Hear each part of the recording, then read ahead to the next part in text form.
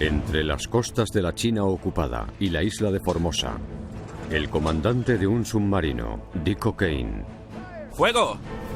Ataca 5 barcos japoneses, hundiendo 2. O'Kane se prepara para su asalto final. Era su último torpedo, lo único que separaba a Dick O'Kane de otra exitosa patrulla. Solo tenía que realizar un último disparo. O'Kane y la tripulación del USS Tang ¡Nueva configuración! ¡Preparaos! llevaron a cabo algunos de los ataques más arriesgados contra los japoneses durante la Segunda Guerra Mundial. ¡Fuego! Hasta que su suerte y su torpedo dieron un giro dramático. ¡Va sin rumbo! ¡Es una emergencia!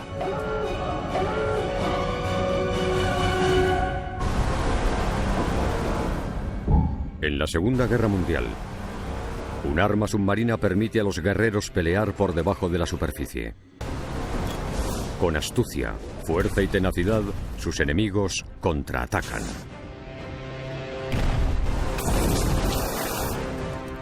Es una apuesta desesperada, revolucionaria y en ocasiones primitiva para cambiar el curso de la guerra. Sus historias son leyenda. Segunda Guerra Mundial. Infierno bajo el mar. Viaje fatal. Junio de 1944. Frente a las costas de Nagasaki, en Japón, un submarino estadounidense descubre un convoy de 6 barcos protegidos por 16 barcos de escolta fuertemente armados. O'Kane estaba ahí intentando idear la mejor forma de atacar. Tenía una idea. ¿Por qué no atacar desde atrás? Los vigilantes, de manera instintiva, no solían mirar detrás de ellos. El comandante Dick O'Kane se da cuenta de que solo 2 destructores protegen el final del convoy. Debe escabullirse para hundir los buques de carga.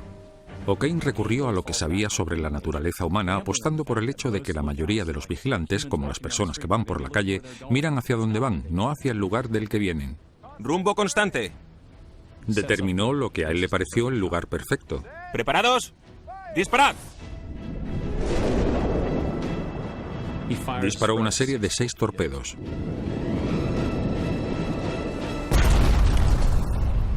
Y observó cómo explotaban. Iluminaron el cielo nocturno. Pero el USS Tang debe escapar del convoy. Están rodeados de embarcaciones enemigas.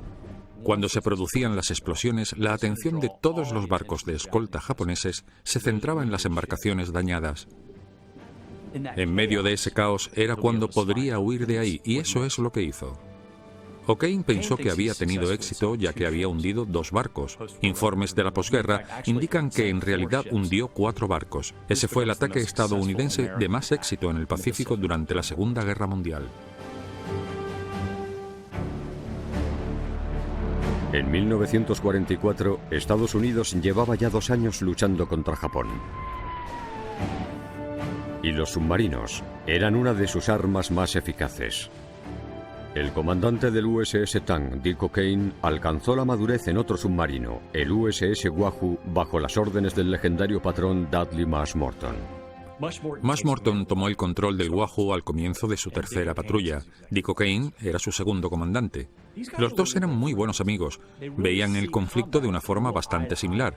Dick O'Kane era igual de agresivo que Marsh-Morton. Por eso formaron un equipo perfecto cuando lucharon juntos. El patrón del Tang fue tan precoz gracias a Morton. Fue Morton básicamente el que le entrenó. Y lo más interesante de esta formación es que normalmente el que mira a través del periscopio es el comandante del submarino para saber qué pasa y qué hacer en cada momento. Sin embargo, Morton prefería planear las estrategias y dejar que su segundo comandante, en este caso O'Kane, trabajara con el periscopio. Eso le preparó para ser un comandante de submarino muy agresivo. Se le daba muy bien.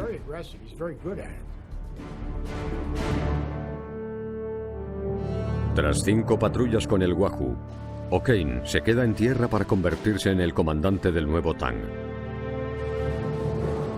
Ese ascenso pudo salvarle la vida. 3 meses después del ascenso de O'Kane, a Morton y a su Wahoo se les declara perdidos y posiblemente hundidos.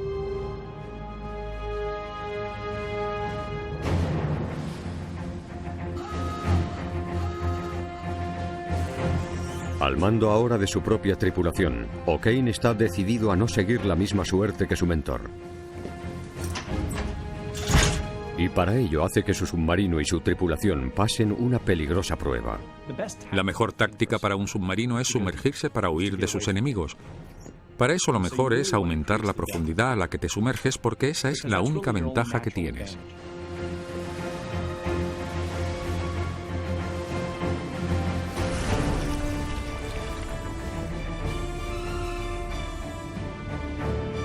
El USS Tang es un submarino estadounidense de clase Balao, construido con acero de gran resistencia, un 20% más grueso que sus predecesores. Se diseñó para soportar más presión de la que ningún submarino había soportado nunca. El submarino de clase Balao era sin dudas el submarino más vanguardista con el que contaba Estados Unidos. Como la tecnología antisubmarinos japonesa se volvió más agresiva, la capacidad de los submarinos estadounidenses de escapar se convirtió en una cuestión fundamental. La Marina estadounidense certifica que el Tang puede sumergirse sin peligro a 122 metros, casi 31 metros más que los submarinos anteriores. Pero O'Kane quería comprobar hasta dónde podían sumergirse con seguridad. Esa información podría ser crucial cuando sufrieran un ataque.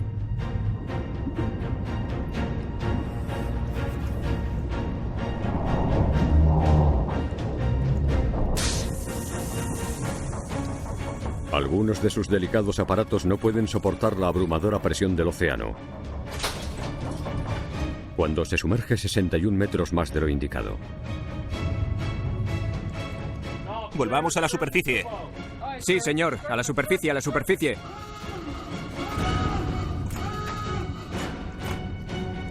Pero la prueba de sumersión del Tang demuestra que el submarino puede sumergirse a 186 metros.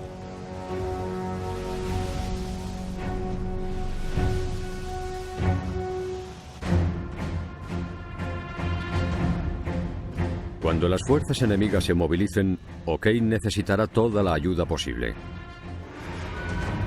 Los japoneses finalmente se dan cuenta de la amenaza que suponen los submarinos estadounidenses para su país y establecen una enorme flota de escolta que alcanza las 60 embarcaciones. La gran flota de escolta se creó para proteger a los barcos japoneses. El objetivo era asignar un número X de barcos, normalmente 3 o 4, para escoltar a unos 12 buques mercantes y acompañarles en su viaje.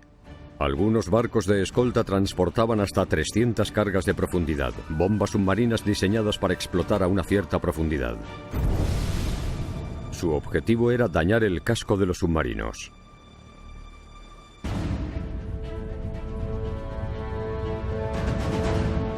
En agosto de 1944, pocos buques mercantes partían desde puestos avanzados del imperio. Envían al USS Tang a las aguas japonesas para buscar objetivos. ¿Cuál es el nuevo rumbo? El rumbo ahora es 270, capitán. A pesar de la escasa probabilidad, O'Kane localiza 2 buques de carga. Lanzad el 5. Sin darse cuenta que un pequeño barco de escolta les va a atacar. Hay que sumergirse. O'Kane ordena sumergirse para evitar el ataque, pero las aguas tienen muy poca profundidad. Menos de 61 metros, y las cargas de profundidad podrían alcanzarles fácilmente. En su cuarta patrulla, cerca de Honshu, Dick O'Kane sufrió el peor ataque con cargas de profundidad que había vivido en sus 10 patrullas anteriores a bordo de un submarino.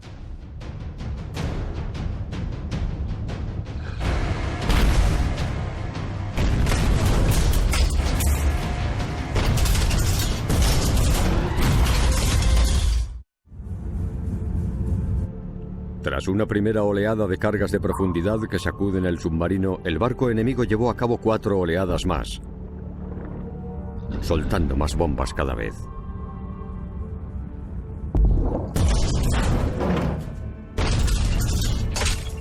Las bombillas explotaron, los aparatos se rompieron, los marineros salieron despedidos durante el ataque.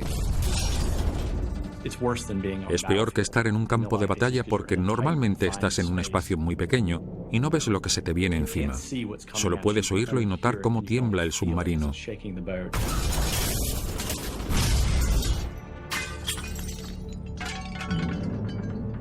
Cuando un submarino se hunde, se suele hundir con alguien dentro. Cuando estás debajo de la superficie, tus posibilidades de sobrevivir son muy escasas. O'Kane y sus hombres saben que solo ha habido un caso en el que se ha rescatado a la tripulación de un submarino. En 1939, 33 marineros fueron rescatados en una cámara hiperbárica después de que el USS Squalus se hundiera durante una prueba en el Atlántico. La ubicación del submarino cerca de las costas estadounidenses logró que el rescate fuera posible. 5 años después y a miles de kilómetros de distancia, O'Kane ordena girar totalmente a la izquierda y escapar a máxima velocidad hacia el océano abierto, preocupado por si su submarino no puede aguantar ninguna bomba más. 38 minutos después del ataque del barco enemigo, este pierde el contacto con el submarino y el Tang logra escapar. El prolongado ataque hace mella en la tripulación. O'Kane y su segundo comandante Murray Frazee estaban sentados en la sala de los oficiales. Frazee miró a O'Kane y este hizo un gesto con la mano como si tuviera un vaso. Y ese fue un gesto para decirle que ya era hora de sacar la medicina para los ataques con cargas de profundidad. Esta medicina era básicamente brandy. Era una buena forma de calmar los nervios de los marineros. Cuando te enfrentas a un escalofriante ataque con cargas de profundidad, a veces un trago de alcohol es lo que necesitas.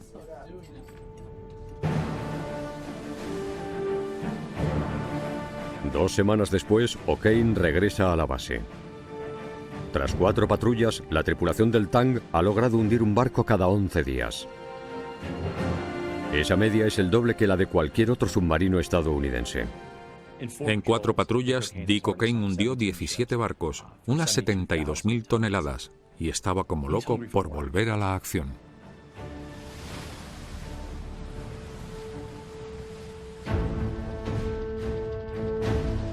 El USS Tang está bajo las órdenes del almirante Charles Lockwood, el cerebro de los submarinos de Pearl Harbor.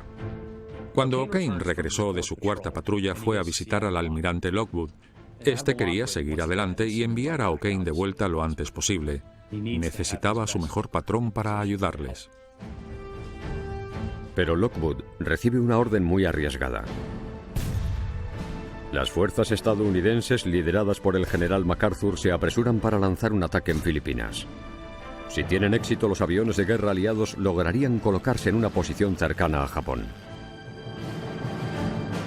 MacArthur estaba ansioso por atacar Filipinas. Si Filipinas caía, los japoneses no estarían a salvo. En ese momento, los japoneses se dieron cuenta de que si no nos frenaban, nuestro siguiente destino sería Japón.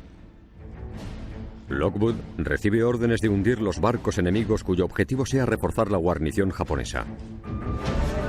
Una ruta de abastecimiento vital desde Japón a Filipinas pasaba por el estrecho de Formosa. Ambas orillas del estrecho estaban ocupadas por los japoneses. El estrecho de Formosa o Taiwán era uno de los pasos más seguros para los buques mercantes japoneses.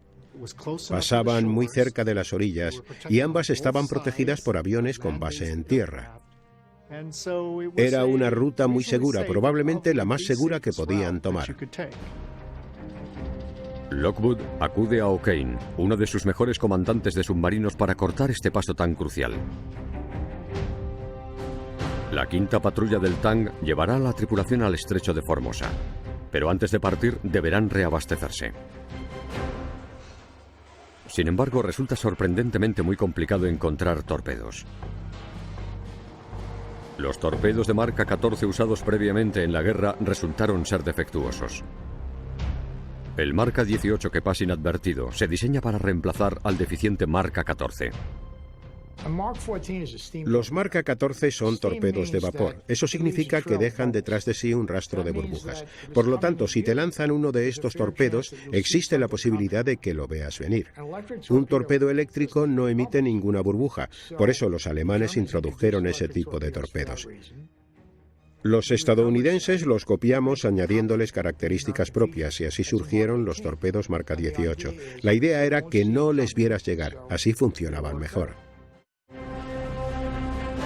El 24 de septiembre de 1944, el Tang parte con rumbo a Taiwán, cargado con los torpedos estadounidenses más nuevos del momento, unos marca 18 que pertenecían a un submarino que estaba parado. Los fabricantes estadounidenses luchaban por seguir el ritmo, pero la escasez era evidente. Por eso al final, O'Kane tuvo que coger los torpedos del submarino Tambor. O'Kane y sus hombres llevan patrullando a un ritmo el doble de lo esperado. A cambio, O'Kane negocia un descanso para su agotada tripulación y un ascenso para el Tang al final de su misión.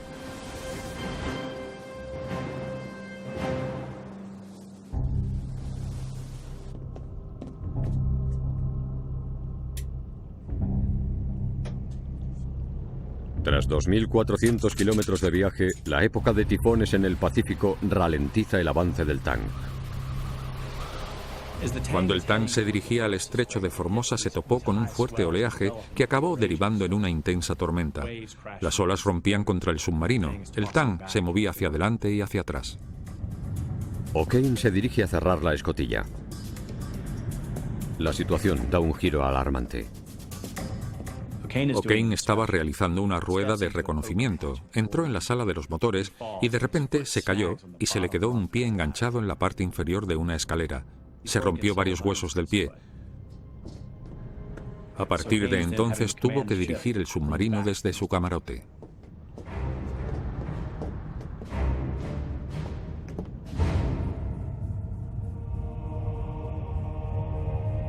...4 de octubre... O'Kane depende de sus hombres para luchar contra las erráticas condiciones meteorológicas de los últimos días. En un momento en el que las aguas se calmaron, al comandante del Tang le llega un mensaje interceptado a los japoneses. Su nivel es ultra.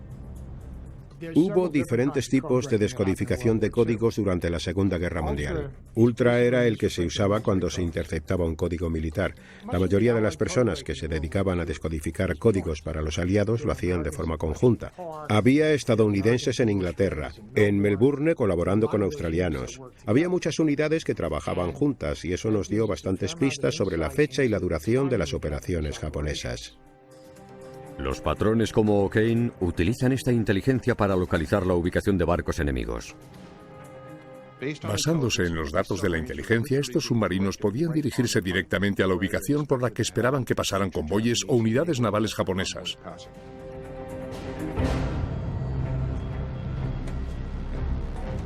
El tipo de la transmisión ultra revela la supuesta ubicación de un navío meteorológico. Los navíos meteorológicos marcaban una gran diferencia. Si tu enemigo no tiene acceso a la información sobre las condiciones meteorológicas y tú sí, le llevas una gran ventaja. Las coordenadas están dentro del alcance del submarino, pero la tormenta amenaza gravemente el plan de ataque de O'Kane.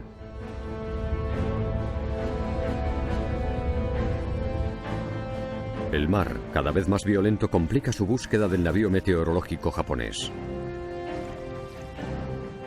En este tipo de situaciones, el patrón del submarino decide sumergirlo y perseguir a su presa por debajo del agua. Pero el comandante del Tang se niega a darle una oportunidad de escape a su enemigo. Navegan por la superficie para que sus vigilantes puedan buscarlo a pesar de la lluvia.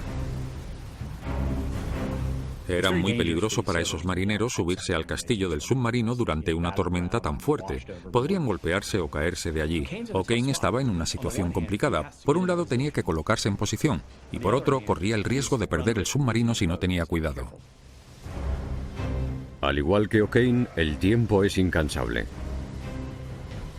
Cerca de las 3:30 de la madrugada, el violento viento obliga a los vigilantes a abandonar la cubierta.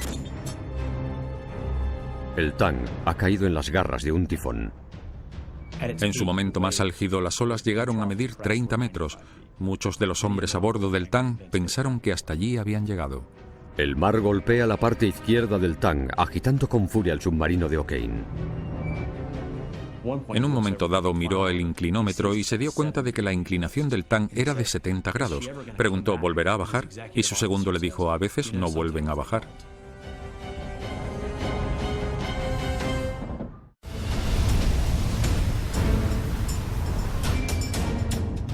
Una fuerte tormenta amenaza uno de los mejores submarinos estadounidenses de la Segunda Guerra Mundial.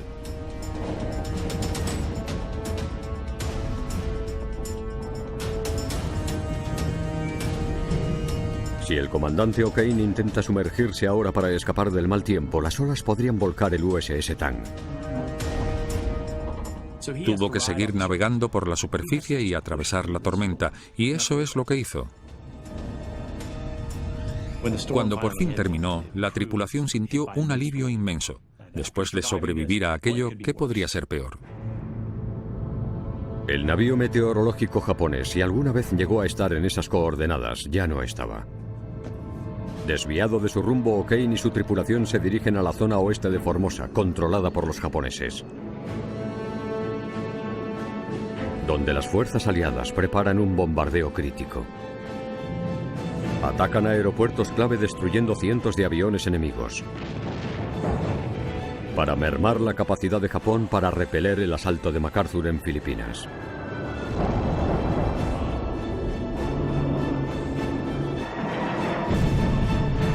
Los japoneses contraatacan causando daños en 2 portaaviones. Sus tripulantes fueron de los primeros en presenciar un ataque kamikaze.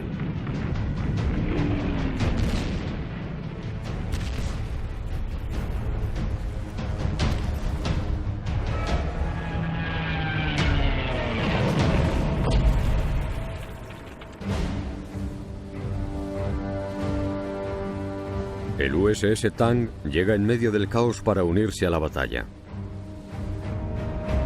La misión de O'Kane es hundir barcos de transporte para el reabastecimiento de las tropas japonesas en Filipinas. Los patrones, como dijo Kane, sabían cuál era su trabajo. Sabían que el éxito del ataque dependía de cuántos buques japoneses lograban hundir, de cuántas toneladas de bienes japoneses acababan sobre el fondo del mar.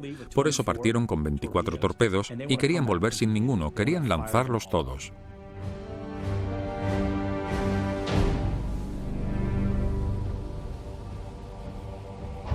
El 23 de octubre de 1944, la tripulación del Tang por fin tiene una oportunidad de atacar.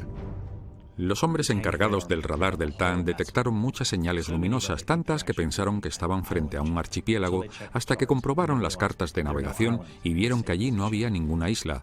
O'Kane estaba exultante, estaba frente a lo que resultó ser un convoy de 4 buques liderados por 2 destructores. El convoy se dirige a la bombardeada Formosa, conocida actualmente como Taiwán. Comandante, vea esto.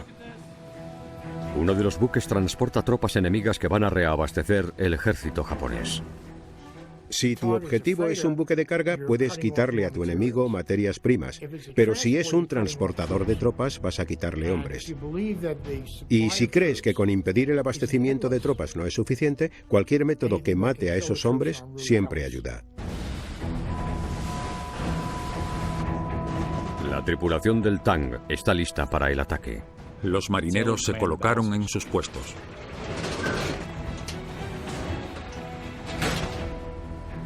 O'Kane debe lograr que el Tang atraviese la línea de los escoltas. ¡Rumbo constante! De repente, cuando uno de los destructores dejó por un momento la formación, vio su oportunidad y comenzó a dar un círculo enorme alrededor del convoy, comprobando y asegurándose de que todos los barcos estaban en línea. El momento es perfecto. O'Kane se movió hasta alcanzar la posición que ocupaba ese destructor. Sabía que lo verían en el radar del resto de embarcaciones japonesas, pero pensarían que era otro barco de escolta más. Entonces decidió inmiscuirse en el convoy japonés y ser un barco más. Por la noche, en el radar, el submarino parece un destructor. O'Kane continúa con el engaño. Se iba moviendo poco a poco hacia un lado, imitando los movimientos de los escoltas japoneses. Dejó que los otros barcos fueran pasándole poco a poco. En ese momento, se colocó en la posición adecuada. Estaba en medio de todos esos barcos. Todos eran posibles objetivos a los que podía torpedear.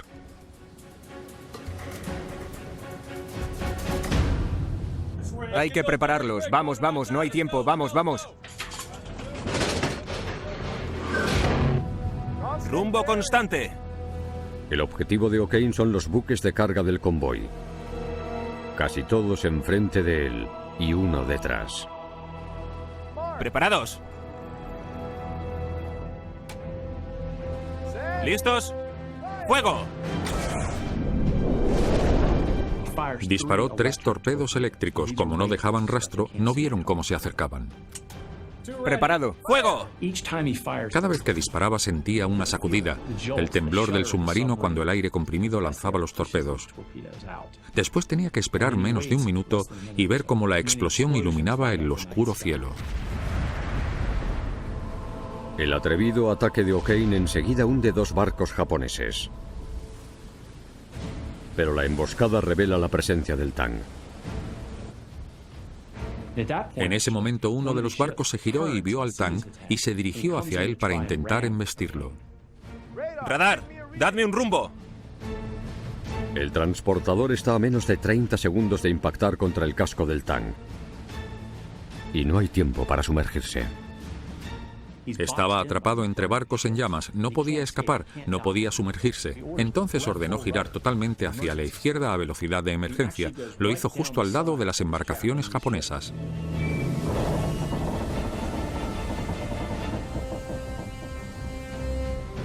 O'Kane evita la colisión con el transportador, pero un cuarto buque de carga del convoy se dirige hacia ellos.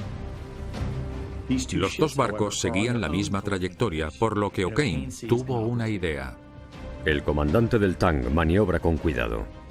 Preparó un torpedo y lo lanzó en el punto en el que ambos barcos iban a chocarse. En medio del impacto entre las 2 embarcaciones hubo también un torpedo del Tang.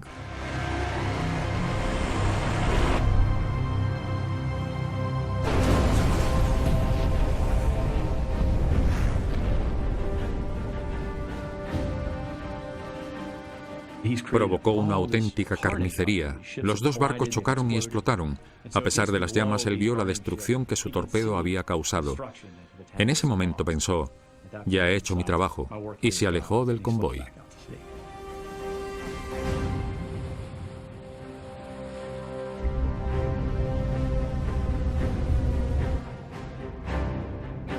A la luz del día, unidades de patrulla japonesas buscan el submarino. Dame un nuevo rumbo. 272. El USS Tang prepara un ataque en una ruta marítima clave en el estrecho de Formosa. O'Kane cree que los japoneses redirigirán sus convoyes y los aproximarán más a la costa china en un intento por frenar al submarino.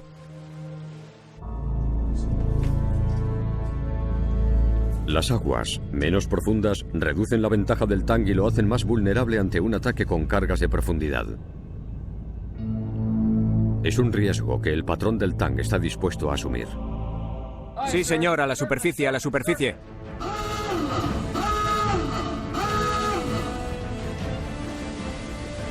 Si eres inteligente y agresivo, puedes obtener resultados muy buenos. Pero eso también puede ser increíblemente peligroso. Algunos de los comandantes de mayor éxito murieron al querer ir más allá.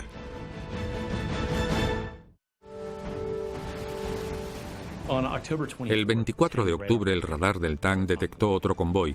Era un convoy de 12 barcos que partía desde Sasebo, en Japón, y estaba escoltado por 5 barcos de escolta. Iban todos en línea. Si el convoy no está bien protegido, se convierte en un blanco muy suculento, más que en un lugar peligroso. Al estar en fila, algunos de los buques mercantes no aparecían en el radar. O'Kane se preguntaba por qué el convoy era así. ¿Por qué no se agrupaban para protegerse más fácilmente? Supuso que el comandante del convoy los dispuso así para que si les atacaba un submarino estadounidense, hubiera suficiente distancia entre un barco y otro para que los no torpedeados pudieran escapar.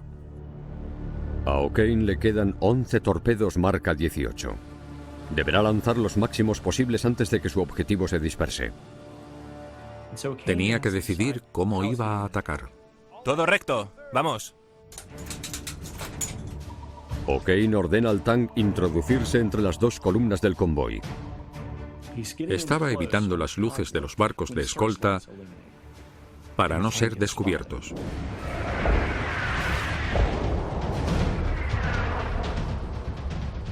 La tripulación se apresura a atacar a los buques de carga antes de que sus escoltas se movilicen. ¡Estad preparados! En cuanto vio un barco, disparó. ¡Fuego! 5 en camino. Después se centró en los demás y disparó una y otra vez.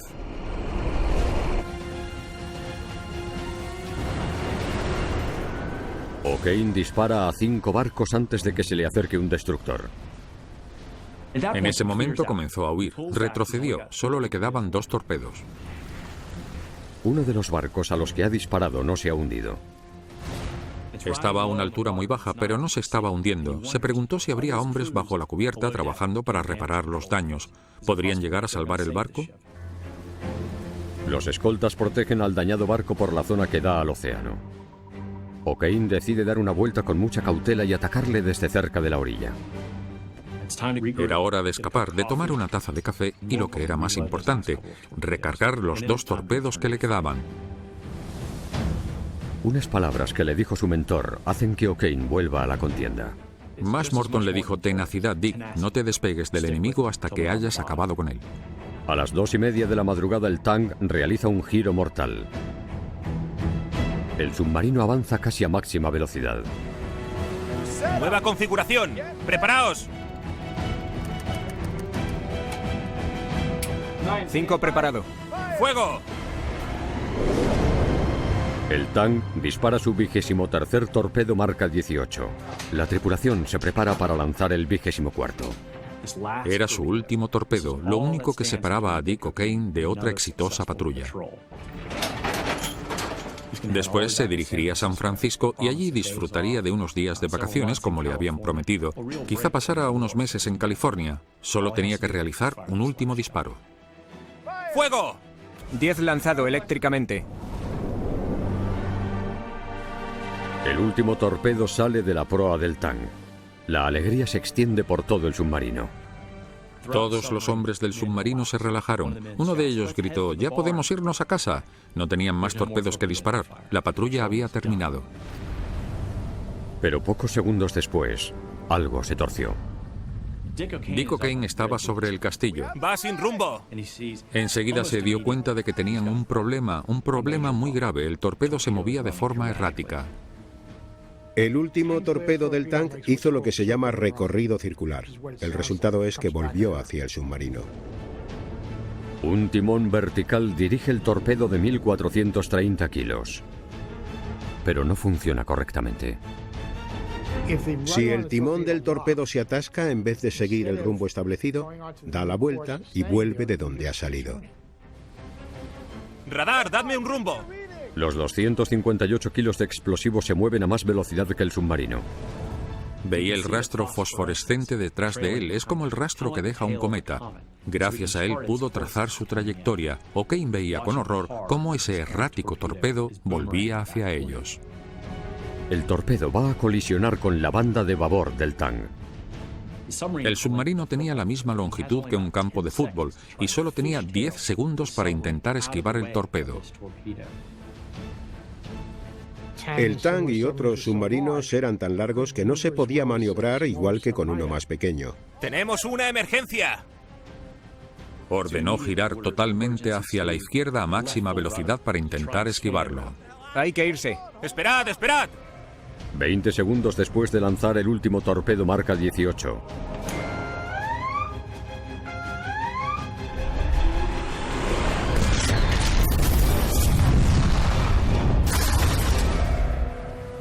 Este colisiona contra el submarino que lo disparó. El torpedo golpeó contra la popa del Tang, provocando un agujero enorme. Enseguida se empezaron a inundar todos los compartimentos de popa.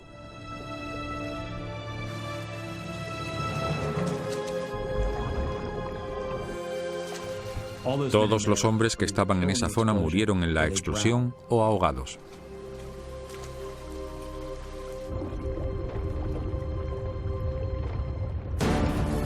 El resto de la tripulación del Tang se sume en el caos. La explosión fue tan potente que levantó las placas de la cubierta.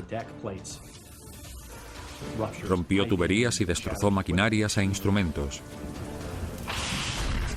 La formación de sus hombres surtió efecto y comenzaron a cerrar las puertas herméticas de los compartimentos para intentar detener la inundación. Los marineros del submarino, que segundos antes estaban celebrando su vuelta a San Francisco, de repente se vieron inmersos en un horror cuando el agua empezó a inundar su embarcación. ¡Radar, vámonos! ¡Entre! ¡Espera! Desde arriba el patrón del Tang solo ve un oscuro océano. Veían cómo el nivel del agua subía y que había una nube enorme sobre el Tang. Eso era una señal inequívoca de un barco destrozado. Estaban sufriendo eso que tanto habían visto antes. Cuando el Tang se hundió, O'Kane y los vigilantes caen del castillo. El barco se movía como un enorme péndulo hasta que se posó sobre el fondo oceánico en el fangoso estrecho de Formosa.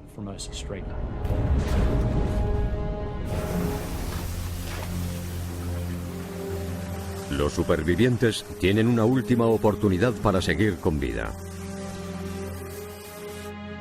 Una cámara en la sala de los torpedos en la proa del submarino.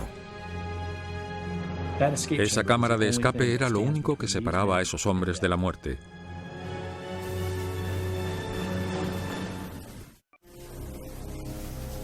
La proa, que aún contaba con aire suficiente, sobresalía del agua como una especie de cuchillo que luchaba por salir a la superficie.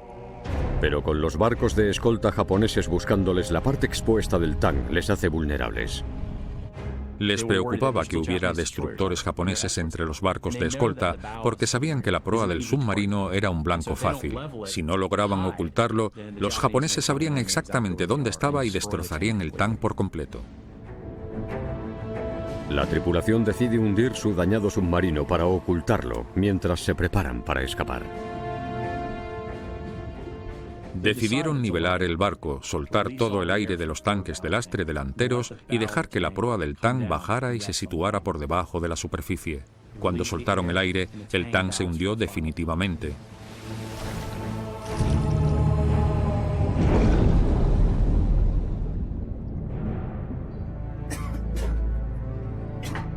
Todos los hombres que estaban en el submarino tuvieron que correr hacia la sala de torpedos donde estaba la cámara de escape. Tuvieron que recorrer un submarino destrozado. Había muchas chispas. Algunos hombres intentaron destrozar los libros de códigos. Otros se habían roto una pierna, un brazo o se habían golpeado la cabeza contra algún instrumento y se la habían abierto. Al moverse tuvieron que ayudar a los heridos a avanzar. Una hora después del naufragio del Tang, el último de sus hombres llega a la proa. Todos llegaron a la sala de torpedos. Eran varias docenas de hombres. Cuando entró el último, cerraron la puerta. Dentro de la sala de torpedos estaba la cámara de escape. El submarino se encuentra a 55 metros por debajo de la superficie. La tripulación usará una ayuda especial para respirar que les dará la oportunidad de sobrevivir durante su ascenso. Es el denominado pulmón Mommsen, una bolsa de cal sodada que capturaba el dióxido de carbono para que el aire pudiera reciclarse y respirarse de nuevo. Era un dispositivo experimental diseñado para aumentar la probabilidad de sobrevivir.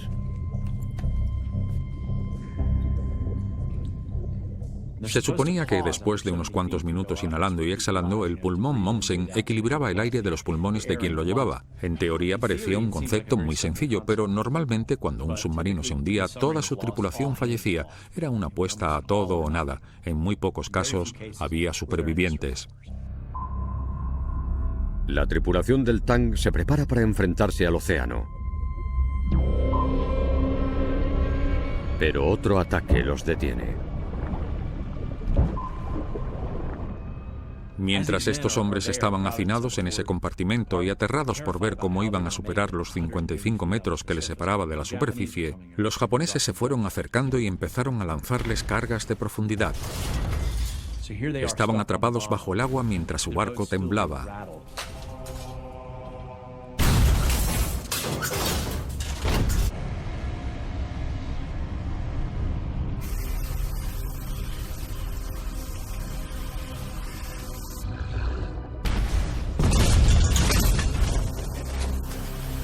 La indefensa tripulación se enfrenta a un último ataque con cargas de profundidad. Después, el mar se queda en silencio. Las condiciones en la sala de torpedos del Tang eran horribles. Los compartimentos de las baterías estaban ardiendo. Apenas se veía. La presión del aire empezó a aumentar, así como el calor y la humedad. La acumulación de todos estos aspectos mermó la energía de esos hombres que se enfrentaron a una lucha a vida o muerte en la que tenían que salir de un submarino que se había hundido. 13 hombres tuvieron las agallas suficientes para intentar escapar. Era una tarea muy arriesgada. 55 metros es el equivalente a un edificio de 18 plantas. Los demás no quieren o no pueden. Muchos decidieron darse finalmente por vencidos y se tumbaron en sus literas. Se rindieron a su destino.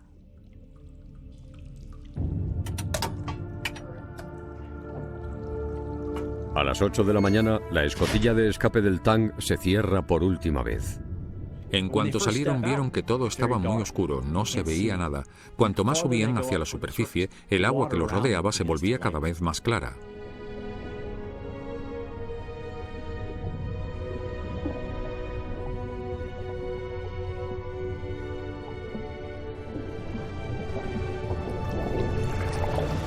Solo 5 de los 13 hombres sobreviven al ascenso.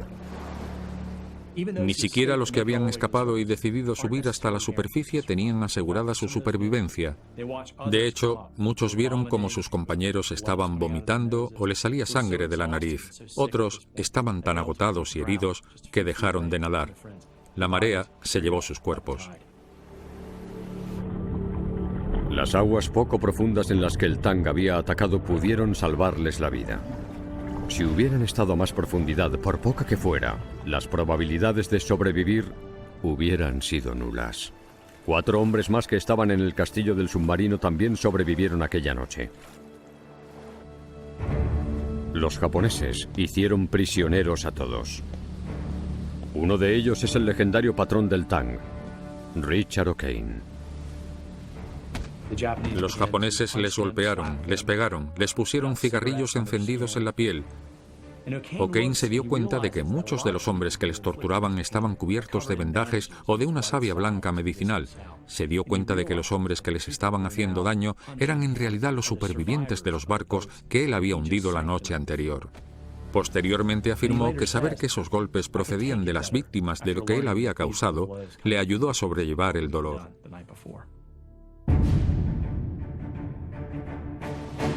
Los supervivientes del Tang pasaron el resto de la guerra en campos de prisioneros de guerra.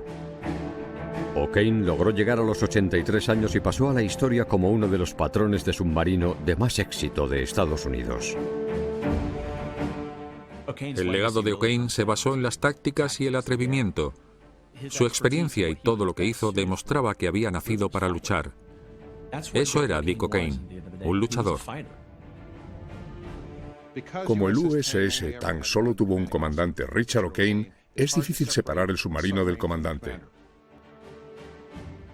Su legado nos habla de uno de los submarinos de guerra de más éxito de la Segunda Guerra Mundial. Al gozar de tan alta estima, al primer tipo de submarinos estadounidenses tras la guerra se le llamó USS Tang. Un último tributo al hombre y al submarino.